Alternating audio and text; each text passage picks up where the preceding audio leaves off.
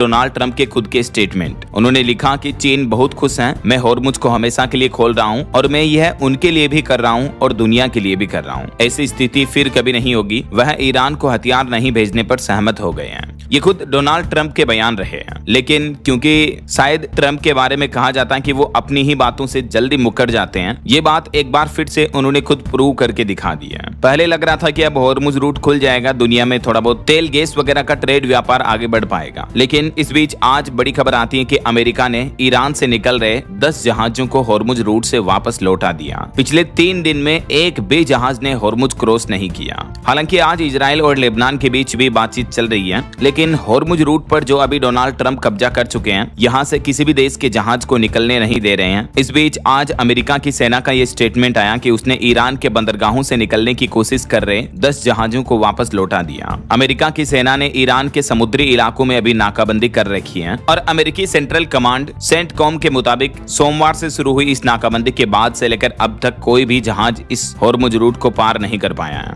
उधर ईरान ने अब चेतावनी दी है कि अगर अमेरिका ने इस हॉर्मुज रूट से नाकाबंदी नहीं हटाई तो वह खाड़ी देशों में यानी गल्फ इलाकों में और अन्य व्यापार को बाधित कर सकता है। अब ईरान ने भी साफ साफ चेतावनी दे दी कि हॉर्मुज की तरह 3 और रास्ते हैं, तो ईरान ने इन 3 समुद्री रास्तों को बंद करने की धमकी दे दी है। कहा कि हॉर्मुज में जब तक अमेरिका की ट्रंप की नाकेबंदी जारी रहेगी तो फिर हम भी रेड सी, ओमान सागर और पर्शियन गल्फ, ये 3 और ऐसे रूट हैं दोस्तों हॉर्मुज स्ट्रेट रूट की ही तरह, जहां से भी दुनिया भर के देशों में ऑयल जाता है, जहाज निकलते हैं, शिप्स जाते हैं, ट्रेड होता है, व्यापार होता है। तो अब ईरान का कहना कि क्योंकि इन रूट पर तो हमारा कंट्रोल है, हमारा कब्जा है, तो हम इन पर भी जहाजों की आवाजाही बंद कर देंगे। सीधा सीधा ईरान ने कहा कि ये दुनिया के 3 अहम समुद्री रास्ते हम बंद कर देंगे। ट्रंप को धमकी दी और कहा कि अगर अमेरिका ने हॉर्मुज और उसके बंदरगाहों पर नौसैनिक नाकाबंदी जारी रखी तो फिर वो रेड सी, ओमान सागर और पर्शियन गल्फ, पारस की खाड़ी में इन तीनों रास्तों पर समुद्री व्यापार पूरी तरह से रोक देगा। और अब जरा सोचिए आप कि अकेला हॉर्मुज रूट जब बंद हुआ तो दुनिया भर में कितनी तबाही मच गई, त्राही मच गई। मतलब एलपीजी गैस सिलेंडर की कमी हो गई, पेट्रोल डीजल की कीमतें बढ़ गई। अब अगर ये तीनों समुद्री रास्ते बंद हो गए ना तो यूं समझिए कि पूरी दुनिया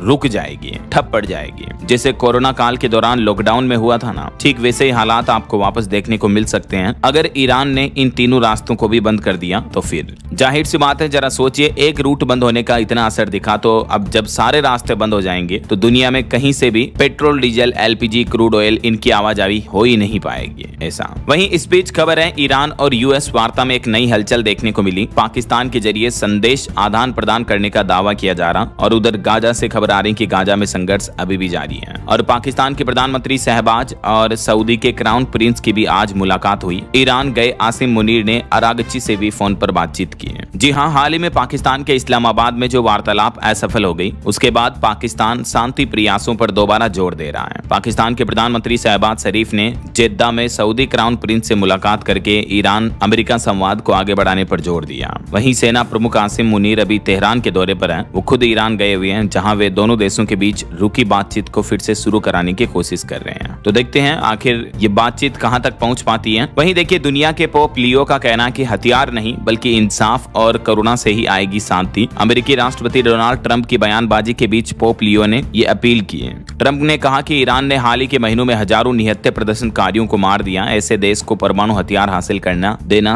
अस्वीकार्य है। तो पोप लियो का कहना कि दुनिया को युद्ध और हिंसा की सोच से बाहर निकलना होगा। शांति, प्रेम और न्याय आधारित होना चाहिए, न कि डर, हथियारों या धमकियों पर। तो ये तो नैतिकता की बयानबाजियां चल रही है। इस बीच खबर है कि डोनाल्ड ट्रंप को भी ये जंग भारी पड़ रही है। जी हाँ, इस जंग का सबसे बड़ा नुकसान ना सिर्फ ईरान को हो रहा बल्कि अमेरिका को भी जंग में काफी बड़ा नुकसान हुआ। देखिए, अमेरिका ने खुद ये बात मानी कि उनका MQ-4C टाइटन ड्रोन जो लापता हो गया था वो क्रैश हो चुका है और अब तक इस तरह के 25 बड़े ड्रोन का नुकसान हो चुका है डोनाल्ड ट्रंप को। अमेरिका ने इस युद्ध में अपने कई बड़े बड़े सैनिक हथियार खो दिए हैं। तो आखिरकार नुकसान तो दोनों ओर हो ही रहा है। जब लड़ाई चलती है, जंग होती है, तो एटलीस्ट मानवता का हमारा ही नुकसान होता है, राइट। अभी 40-45 दिन हो गए इस जंग को चलते हुए। दोनों देशों के बीच मिलियंस नहीं बल्कि बिलियंस ऑफ डॉलर्स खर्च कर दिए गए होंगे। अब जरा सोचिए, इतने हजारों करोड़ों अरबों खरबों रुपए जो है ना, इनसे तो दोनों देशों में कितना विकास होता, कितने हॉस्पिटल्स बनते, कितने स्कूल बनते जहां बच्चे बच्ची पढ़ते हैं, गरीब लोगों का इलाज होता, कितने नए रोड इंफ्रास्ट्रक्चर डेवलपमेंट होते जिससे देश का विकास होता। लेकिन अब जरा सोचिए, इन बड़े बड़े देशों को कौन समझाए। जंग में, युद्ध में बर्बादी ही होती है। बाकी इस मुद्दे पर आपकी क्या राय है? आपकी राय विचार जरूर कमेंट करके बताइए। फिलहाल ये आज के ईरान अमेरिका जंग से जुड़े लेटेस्ट अपडेट रहे। उम्मीद आपको जानने मिले होंगे। वीडियो को लाइक और शेयर करना, DLS न्यूज चैनल को सब्सक्राइब करके